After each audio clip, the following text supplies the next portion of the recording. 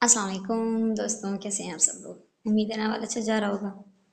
यहाँ पर पीडीएफ की डिमांड बहुत थी तो राइटर साहिबा ने जो भी पिछले एपिसोड थे वो पीडीएफ में दे दिए हैं। आप गूगल कर सकते हैं, आपको पिछले एपिसोड पीडीएफ में मिल जाएंगे। लेकिन ये बात याद रखिएगा कि कंप्लीट नावल यूट्यूब पर ही आएगा, उन्हीं के अपने ऑफिशियल चैनल पर। बाकी उनके इंस्टाग्राम टिकटॉक अकाउंट को भी ज़रूर फॉलो कर लें और यूट्यूब से भी जुड़े रहें। तो चलिए शुरू करते हैं आज की नई एपिसोड। अब यहाँ पर जब फदक और जैक की आपस में खटपट हो रही थी तो उसको टास्क दिया गया। तो फिर उन्होंने कहा कि तुम ओवर स्मार्ट बन रहे हो और ये सारी चीज़ें। तो चलो एवी ने क्या कहा कि मैं दिखाता हूँ इसमें क्या है। इससे पहले कि जैक एवी को मना करता, एवी जल्दी से एक ऊंची जगह पर खड़ा हो गया, कमर और हाथ को मरोड़ मरोड़ के नाचने लगा। वहां पर सब उसे देखकर तालियां भी बजाते और हंसते भी जाते, और फदक ने हंस हंस कर अपना हाल बुरा कर लिया था। हमजा गिटार बजाने पे शुरू हो गया। खुरम बुरी तरह हंस रहा था। आलिया वीडियो बनाने में मसरूफ थी। जैक एक केक को लाल होते चेहरे के साथ देख रहा था, और वहीं एवी गिटार की आवाज़ पर मजीद पुरजोश हो गया था। उसके अंदर जैसे किसी रकासा की रूह घुसी हुई हो।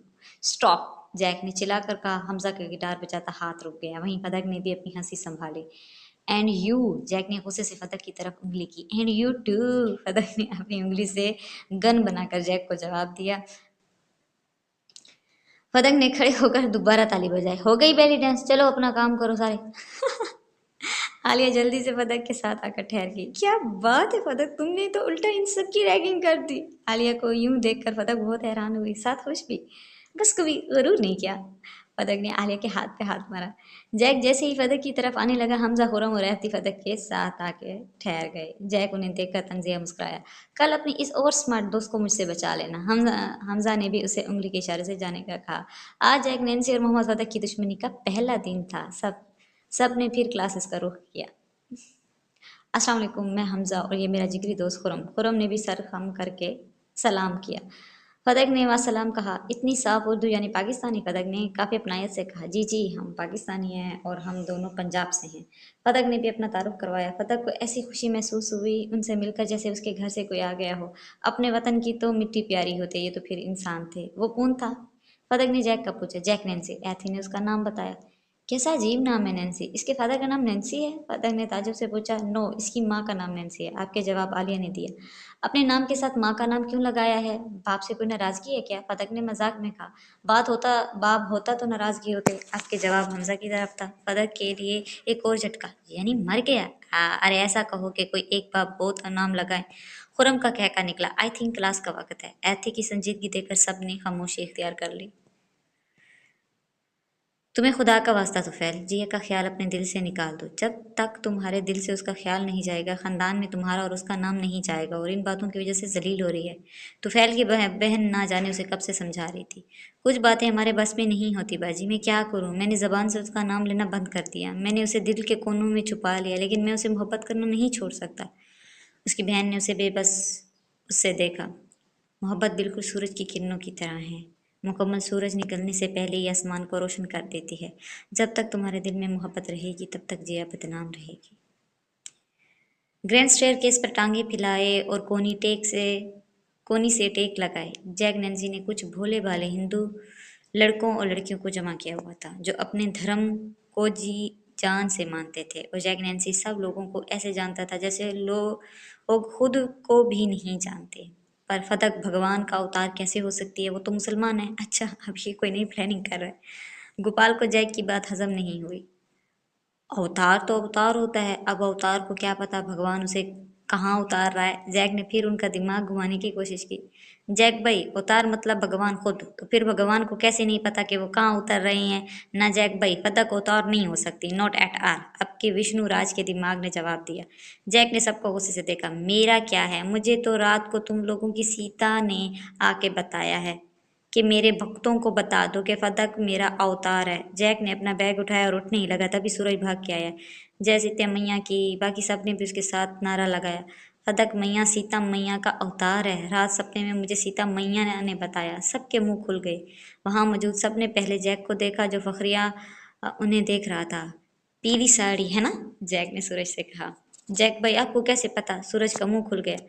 कमल के फूल पे ठहरी हुई थी।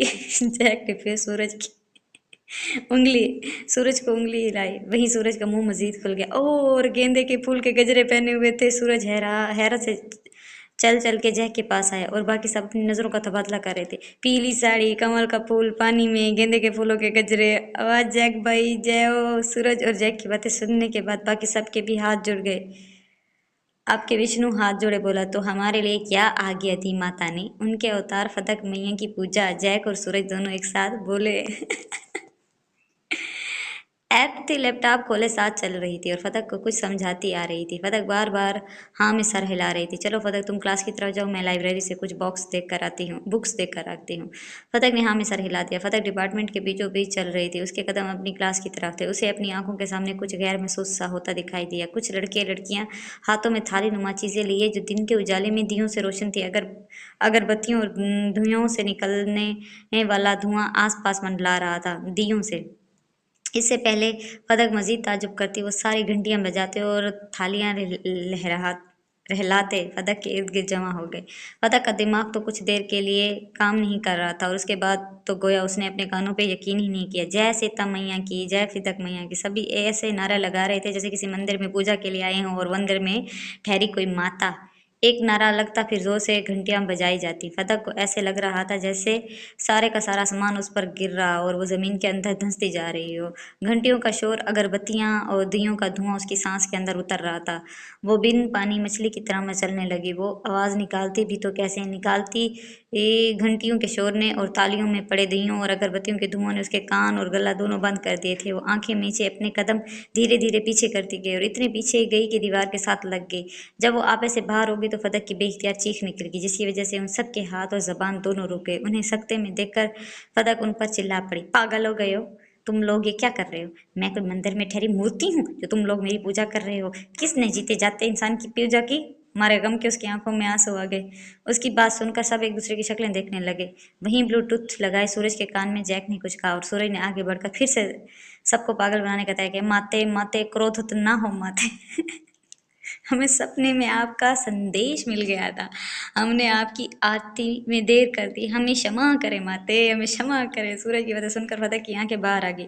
कौन सी माता, कौन सी आरती, कौन सा सपना? तुम पागल हो गए हो। मैं कोई तुम लोगों की माता वाता नहीं हूँ। तुम लोगों को दिखता नहीं है मैं कौन हूँ? मैं एक जीती जाती इंसान हूँ और तुम लोगों के मजहब से भी नहीं हूँ। मैं तो मुसलमान हूँ। सूरज ने फिर अपनी जबान खोली। माता की मर्जी, जिस रूप में आए, बस हमें तो माता को पहचानना है और उसकी आरती करनी है। सूरज की बात सुनकर फिर सबने घंटियां बजाना शुरू कर दी। ये सब तमाशा देखकर शरीर वहां पर भागी भागी आए। वो दूर से चिल्लाई, ये सब क्या हो रहा है? सीता मैया ने मुझे ख्वाब में दर्शन दिए। फदक मैया उनका अवतार है, उनका आदेश है कि हम फदक मैया की आरती करें। सूरज ने श्री को भी बेवकूफ़ बनाने की कोशिश की। श्री ने एक जोरदार थप्पड़ सूरज को धर दिया और उसके साथ उसके हाथ से घंटी लेकर उसके सर पर दे मारी। सब श्री की तरफ बढ़े। रुक जाओ वहीं पर, खबरदार जो किसी ने एक कदम आगे बढ़ाया वरना इसी घंटी से सबका सर फोड़ दूंगी। तुम लोगों का दिमाग खराब है, तुम लोग किसी की भी बात में आ गए हो। श्री ने घंटी तोड़कर सबको कहा। वाकई तुम लोग इन सब बातों में आ कैसे गए हो? अगर तुम लोगों के भगवान ने अवतार में आना ही होगा, वो मुसलमान घर में क्यों पैदा होगा? बेवकूफ हो गए हो क्या? भगवान ने भी कभी अपना मजहब बदला? पता की बात सुनकर सबके चेहरे के रंग फीके पड़ गए। कोई और कसर बाकी है अपने धर्म को भ्रष्ट करने की तो वो भी कर लो, श्री जल कर बोली। फदक ने किसी की नजरों की तपिश अपने ऊपर महसूस की। जब उसने इधर उधर देखा तो जैक वहीं तमाशाई बना उसकी वीडियो बना रहा था और न जाने वो कब से इस नज़ारे से लुत्फानंदोज हो रहा था। फदक ने उसे गुस्से से देखा। खोदन भेड़िया, फदक ने पैर पटका। अब देखो मैं तुम्हारे साथ करती क्या हूँ। क्या बात है जैक नैन्सी, तुम्हारी तो हंसी को ब्रेक नहीं लग रहा, फदक ने जलकर कहा। जैक ने इधर उधर सबको देखा। हेलो गाइस, किसी को मेरी हंसी दिखाई दी? सब ने जैक की तरफ देखकर नाम में सर हिलाया। फदक ने भी तेज निगाह सब पर डाली। या तो ये सारे अंधे हैं या तुम्हारे दांत कुछ ज्यादा छोटे हैं। फदक बुरी तरह जैक पर भुनी हुई थी। जैक नैन्सी की हंसी तो चमत्कार है। ये चमत्कार तो सिर्फ सीता मैया देख सकती है। क्यों फदक मैया? जैक उसके करीब आकर थोड़ा सा फुसफुसाया। फदक भी हल्का सा मुस्कुरा दी। वो क्या है ना जैक साहब, दूसरों के लिए कुआं खोदो तो मिट्टी अपने पैरों पर भी आती है। जैक ने आंखें छोटी की। अपने चरण धो लो जैक नैन्सी, पूरा हार्वर्ड में सीता मैया सिर्फ तुम्हें नजर आई, सबके चरण छूने तो बनते हैं। फदक ने भौं में मुस्काई। वाह। इससे पहले कि जैक को कुछ भी समझ में आता, खुर्रम तमाम हिंदू लड़कों लड़कियों के साथ शंख बजाता आ गया। उसके हाथों में वही आरती की थालियां थी जो जैक ने फदक मैया के लिए बनवाई थी। वही आरती अब जैक महाराज की उतारी जानी थी। सबसे आगे श्री थी जिसने खाक की थाली भरी हुई थी। स्वाहा। जैक की आंखें हैरत से फैल गई। उसने तेज निगाह सब पे डाले। हेलो जीनिस, वहीं रुक जाओ, बंद करो ये तू खुरम पर चिल्लाया। हम तो ये शंख इसलिए बजा रहे हैं जैक महाराज कि आपके अंदर के भगवान को जगा सके। सबने एक साथ हाथ जोड़े और सब उसके करीब आने लगे। सबकी आंखें जैक के लिए गुस्से से लाल हो रही थीं। जैक ने उनके धर्म के को लेकर मजाक उड़ाया था। सब मिलकर जोर जोर से घंटियां बजाने लगे। आरती की थालियों में गोया दिए नहीं आग के शोले हों। फतक वहां से खसक गई। खुर्रम सबसे पीछे ठहरा था। जैक ने दोनों कानों पर हाथ रख लिया। धुआं उसकी नथनियों से होकर उसका दिमाग चीर रहा था और आखिरी हाथ श्री ने खत्म कर दी। एक खाक की मुट्ठी भरी और जैक नैन्सी के ऊपर फेंक दी, जिससे जैक की चीख निकल गई और वो इतना सख्त चीखा था कि वहां पर मौजूद सब लोगों पर सख्ता तारी होगा। तमाम हिंदू लड़के लड़कियों का बदला पूरा हुआ और वो सब वहां से चले गए। जैक को देखकर फदक और खुरम का हंस हंस के बुरा हाल था और जैक तो जैसे हिलना भूल गया था। शायद इस हाल में पहुंचाकर भी फदक का दिल नहीं भरा था। वो आहिस्ता आहिस्ता जैक के पास गई और गुनगुनाने लगी। यशोदा मैया से पूछे नंद लाला, राधा क्यों गोरी, मैं क्यों काला। जैक के चेहरे में सिर्फ इसकी हरी हरी आंखें दिख रही थी। खुरम ने मोबाइल निकालकर उसकी तस्वीर बनाने की तैयारी की। तभी जब जैक गुस्से से खुरम की तरफ आया और उससे उसका मोबाइल छीनकर दीवार पर दे मारा। खुरम ने गुस्से से जैक की गर्दन पकड़ ली। तुम्हारी हिम्मत कैसे हुई मेरा मोबाइल तोड़ने की। खुरम गुर्राया। इरादा तो तुम्हारा और इस लड़की का सर तोड़ने का था। ये तुम लोगों का गुड लक है कि हाथ मेरा मोबाइल को लग गया। फदक ने सबको मदद की नजरों से देखा। कोई तो छुड़वाओ, लेकिन कोई आगे नहीं बढ़ा। बेहिस अंग्रेज साथ, वो दांत पीस कर बोली। तभी उसे दूर से हमजा दिखाई दिया। उसने चिल्लाकर उसे बुलाया। हमजा और उनके कुछ क्लासमेट भाग कर आए और उन्हें छुड़वाया। फदक ने पागल होते जैक नैन्सी को देखा, जो किसी पागल भेड़िए से कम नहीं लग रहा था। कोदन भेड़िया। उसने ये पक्का इरादा कर लिया था कि दोबारा कुछ भी हो जाए जैक नैन्सी वाले रास्ते पर नहीं जाना। लेकिन उसे क्या पता था जैक नैन्सी का भी वही रास्ता है जो मोहम्मद फदक का रास्ता है। कैमरे में दिन किसी टूटे हुए सितारों की तरह तेजी से गुजर रहे थे। न दिन का पता चलता, न रात का, न सोने का, न जागने का, न खाने का, न पीने का। फदक का भी अब जेपी में दिल लगने लग गया था। आलिया और श्री से भी उसकी अच्छी दोस्ती हो गई थी, लेकिन जेके अब भी उससे कटी कटी रहती थी। या मुंह बना देती थी या वहां से चली जाती थी। फदक से बात करना तो दूर, जहां फदक बैठती थी वो तो वहां से उठ जाती थी। सब ने जेके को समझाने की कोशिश की, लेकिन जब तक जेके खुद ना मान ना जाए जेके को कोई नहीं मना सकता। हाजी बाबा के घर में तरह तरह के छोटे छोटे जानवर थे। उन सब जानवरों में खरगोश हाजी बाबा का मन पसंद था। बस हम दूर बैठे बैठी कब से खरगोश की हरकतों को नोट कर रही थी। खरगोश भागा भागा आया और नरम जमीन को अपने पाँव से कूदने लगा। यकीनन सुराग बना रहा था, लेकिन उसने निकलना कहाँ था। कैद तो वो था नहीं। दुनिया कितनी बड़ी हो गई है ना बाबा, लोग खुदा को भी नहीं ढूंढ पा रहे। हाजी बाबा तबस्सुम की बात पर मुस्कुरा दे। बेटी, हमें अक्सर छोटी चीज़ें दिख जाती हैं, लेकिन जो बहुत बड़ी चीज़ होती है वो हमें दिखाई तो देती है, लेकिन समझ नहीं आती। छोटी चीज़ दिख दिख भी जाती है और समझ भी आ जाती है। बड़ी चीज़ों को जब हम समझ नहीं पाते तो हम उससे मुंह मोड़ लेते हैं। कोई छलावा समझते हैं, कोई धोखा समझते हैं और इस तरफ जाते ही नहीं है जिस तरफ वो दिखाई दे। तो बस हम अभी भी मिट्टी खोदते खरगोश को देख रही थी। जैसे आसमान ये जो नज़रों के सामने ख़त्म नहीं होता, ये सिर्फ धुआं है, कोई खूबसूरत मिलाहट नहीं। अल्लाह पाक कोई इतना डरावना है नाउज़ बिल्ला बाबा, जो हम उससे मुंह मोड़ लें। अल्लाह तो कितना प्यारा है ना, बहुत प्यारा, सबसे प्यारा, रहमान रहीम। हाजी बाबा ने उसके सर पे हाथ फेरा। मेरी प्यारी बेटी, ये तुम इसलिए कह रही हो क्योंकि तुम उस रास्ते से हटी नहीं हो, वहीं पर चलती रही हो देखने के लिए कि क्या चीज़ है। और देखो तुमने पा लिया कि पूरी दुनिया पे किसका हाथ है, और वो हाथ अल्लाह पाक का है, जो वाकई में बड़ा रहीम और रहमान है। जो मुंह मोड़ लेते हैं और वापस चले जाते हैं वो इस रहमत से महरूम रह जाते हैं। दुआ किया करो उनके लिए बेटी, दुआ। खुदा की बातें करके ही उसे राहत मिलती थी और आज फिर राहत उसने पा ली थी। सुराख खोदने के बाद भी खरगोश को शायद कुछ नहीं मिला, इसलिए खरगोश वापस चला गया। लेकिन खरगोश की ये आदत अच्छी है, इंसान को हमेशा खोज करनी चाहिए जैसे खरगोश करता है। साइड रूम में और कोई नहीं था। साइड रूम में तीनों बैठे हमजा चौधरी के खानदान का तारुफ ले रहे थे। खुरम को तो हमजा का खानदान तो क्या पूरी नस्लों के बारे में मालूम था। आलिया को भी कुछ कुछ पता था, लेकिन फतक बिल्कुल अनजान थी। यूं ही पिक्चर दिखाते दिखाते अचानक से सामने एर्थी की पिक्चर आ गई, जिसे हमजा थोड़ा गड़बड़ा गया और दोबारा से पैक कर लिया। ये पिक्चर एर्थी ने कब ली, मैंने तो नहीं देखी। उसके पास आलिया ने हमजा की तरफ निगाह की। खुरम अपनी हंसी छुपा रहा था। फदक को पहले ही हमजा पे शक था। उसने भी आंखें उठाकर हमजा की शक्ल पढ़ने की कोशिश की। अरे तुम जरा 5 मिनट के लिए जाओ ना, मुझे बहुत भूख लगी है, कुछ खाने के लिए लेकर आओ। फदक की रिक्वेस्ट सुनकर आलिया वहां से चली गई। हमजा को भी शायद महसूस हो गया था कि शायद अब फदक के सवालों का सिलसिला शुरू होने वाला है। मुझे ज़रा बाहर काम है, मैं अभी आता हूँ। हमजा घबरा कर उठने की कोशिश की। आराम से बैठो इधर और बताओ, अभी तक प्रपोज क्यों नहीं किया? इतना डायरेक्ट सवाल की तो हमजा को भी तवक्का नहीं थी। वही खुरम को भी हैरत हुई। हमजा ने कुछ देर के लिए सर झुका लिया। तुम्हें क्या लगता है मान जाएगी? हमजा की नजरें हनूस झुकी हुई थी। कोशिश की जाती है, नतीजे नहीं निकले जाते। फदक ने हाथ चलाकर कहा, कैसे नतीजा ना निकलूं? हर दूसरी लड़की मेरे आगे पीछे चलती है, हर दूसरी लड़की मेरी फैन है, लेकिन ऐथी ने तो कभी मुझसे सीधे मुंह बात ही नहीं की। तो नतीजा ना निकालूं तो क्या करूं? मैं तो जब भी ऐथी के बारे में सोचता हूँ मुझे रेड सिग्नल दिखाई देते हैं। हमजा रूहान सा हो गया। ये क्या औरतों वाली हिम्मत है तुम्हारी? इतना से भी कॉन्फिडेंट नहीं है तुम्हारे अंदर? मासी कही के। मासी का लफ्ज सुनकर खुरम की हंसी निकल गई और वहीं हमजा ने भी फदक को नाराज होकर देखा। तुम बातें कर सकती हो और तुम गला फाड़ कर हंस सकते हो, मेरी जगह पर कोई नहीं है ना, तो किसी को समझ नहीं आनी मेरे हाल की। अब के हमजा ने किसी नाराज बच्चे की तरह मुंह बनाया। तरस खाने वाला हाल ही क्यों बना रहे हो? हट्टे कट्टे इंसान हो, कुछ हरकतें भी हट्टी कट्टी कर लो। इम्प्रेस करने की कोशिश करो, उससे दोस्ती करने की कोशिश करो। सीधे जाकर तो तुम उसे प्रपोज कर नहीं सकते। फतक ने उसके नाराज मुंह को बड़े तंज से देखा।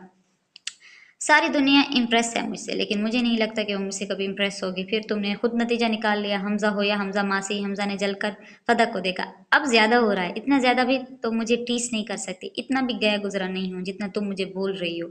मुझे नहीं लगता कि वो कुछ गलत बोल रही है। देखो हमजा, हम दोनों तुम्हारे खैर ख्वाह हैं। हम जितनी भी बातें कहते हैं तुम्हारे लिए ही कहते हैं। वो ठीक कह रही है। अगर वो तुमसे दूर रहे रहे तो तुम भी उससे इतने ही दूर हो। तुमने भी कभी उसके करीब जाने की कोशिश नहीं की, उससे दोस्ती करने की कोशिश नहीं की। खुरम ने उसे तहम्मुल से समझाया। हमजा ने बारी बारी दोनों को देखा। तो क्या करना होगा मैंने? खुरम और फतक ने एक दूसरे को मुस्कुरा कर देखा और दोनों एक साथ बोले, कुछ ऐसा कि वो खुद तुमसे बात करने आए। हमजा मासी। दोनों ने मासी पर जोर दिया। जिया अली का पूरा घर वजीरिस्तान आया हुआ था। बाकी हर काम से तो वो फारिग हो चुकी थी, लेकिन अलमियत के इसके अभी कई साल रहते थे। वो ये रटे की सूरत में उसे याद नहीं करना चाहती थी। वो समझना चाहती थी और अमल करना चाहती थी, जो उसके बचपन से ख्वाहिश थी। वजीरिस्तान के पहाड़ों के ऊपर एक खूबसूरत सी जगह बनी हुई थी, जहाँ पर नेटवर्क थोड़े बहुत आ जाता था। वहीं से अपने कुछ लेक्चर और कुछ गूगल से सर्च करके वापस भाई के साथ घर आ जाती थी। इट्स भी वो इसी सिलसिले में इधर आई थी जब उसकी मुलाकात एक दफ़ा फिर अलियार से हुई। क्या बात है भरोरे, तुम भी कुछ सर्च करने आए हो? जिया ने रसमन पूछा। हाँ, सर्च करने ही आया हूँ और शुक्र है तुम मुझे मिल गई। अलियार की शक्ल बीमारों की तरह लग रही थी। अब भी कुछ पूछने को है आपके पास? चलिए पूछिए, मैं जवाब दे देती हूँ। जिया ने रजिस्टर सीने से लगाया और मोबाइल पर्स में डाल दी। वो मेरी इतनी बातें बर्दाश्त करने वाली, मेरा हर कहा मानने वाली, मेरी गलती पर कैसे मुझसे दूर हो सकती है? वो कैसे रह सकती है मेरे बगैर? बिल्कुल ऐसे रह सकती है जैसे आपने रहने का सोचा था, बिल्कुल वैसे। चलो, मैंने सिर्फ सोचा था, लेकिन उसने तो करके दिखाया। अलियार के लफ्जों से दर्द टपक रहा था। जब दिल किसी से मुड़ जाए तो इंसान कर जाता है। जिया फदक के ही अल्फाज बोल रही थी, जो अलियार को मजीद तकलीफ दे रही थी। क्या मैं मेरी एक खता माफ नहीं हो सकती? कोई हारा हुआ शख्स बोल रहा था। जिया ने ठंडी सांस ली। जानते हैं औरोरे, मैं एक बात हमेशा सोचती थी कि अल्लाह पाक ने पहले ही गलती पे शैतान को क्यों मरदूद कर दिया, और ऐसा मरदूद किया कि वो ता क़यामत अल्लाह पाक के ही खिलाफ खड़ा हो गया। मैंने बहुत सोचा कि इस बारे में। फिर वक्त गुजरा, इस बात को समझते समझते फिर मुझे समझ आ गया। झूठ बहुत प्यारे होते हैं ना, और फिर कोई ऐसी बात कर दे जिसकी हमें उम्मीद तक ना हो, जो हम कभी सोच तक ना सके, ख्वाह वो एक छोटी सी बात क्यों ना हो, और वो कर डाले तो दोबारा दिल उसके साथ मानता नहीं है। रियार के चेहरे पर नागवारे के असरात उभरे। अब तो मुझे शैतान के साथ मिला रही हो। शैतान के साथ मैं आपको नहीं मिला रही। आप तो बहुत आम से इंसान हो। शैतान तो बहुत बड़ा जिन था, सबसे ज्यादा इबादत गुजार जिन, जो कि नूर से बनाएगी मखलूक, फरिश्तों का भी सरदार था। लेकिन देखें उसके गुरूर ने उसके साथ क्या किया। बस बात हालात की है वरोरे, जिसे अल्लाह ने मरदूद कर दिया शैतान को उनका हुक्म ना मानने पर और गुरूर करने पर, वैसे ही आपने फदक के दिल पर ज़रब दी, अपने आप में, अपने दीन में मगरूरी करके। तो अब आप बताएं कि मैं आपको किस से मिलाऊं? सिर्फ एक दफ़ा खुद को फदक की जगह रख कर सोचें, आपको मामले की नज़ाकत समझ आ जाएगी। अलियार कुछ लम्हे यूं ही खड़ा रहा। उसे जिया की बात अच्छी तरह से समझ आ चुकी थी, और वैसे भी अब तो वो यहाँ नहीं है। उसको स्कॉलरशिप मिली है, वो अमेरिका चली गई है। नंबर, ईमेल आईडी सब उसने चेंज कर दिया। उसे उस डर से नहीं कि आप उसे कांटेक्ट करने की कोशिश करेंगे, इस डर से कि वो खुद कांटेक्ट ना कर बैठे आपसे। मोहम्मद फदक को इस दुनिया में अगर किसी से डर लगता है तो वो खुद से। जिया की आंखें तर हो गई। अलियार अमेरिका का नाम सुनकर शर हो गया और बिना कुछ कहे वहां से चला गया। फदक अब पहले की निस्बत काफ़ी खुश थी, लेकिन जेके को देखकर एक दिल में मरोड़ लाजमी पड़ता था। वो इतना ख्याल तो रखती थी अपना, पता नहीं वो क्यों चिढ़ खाती थी उससे।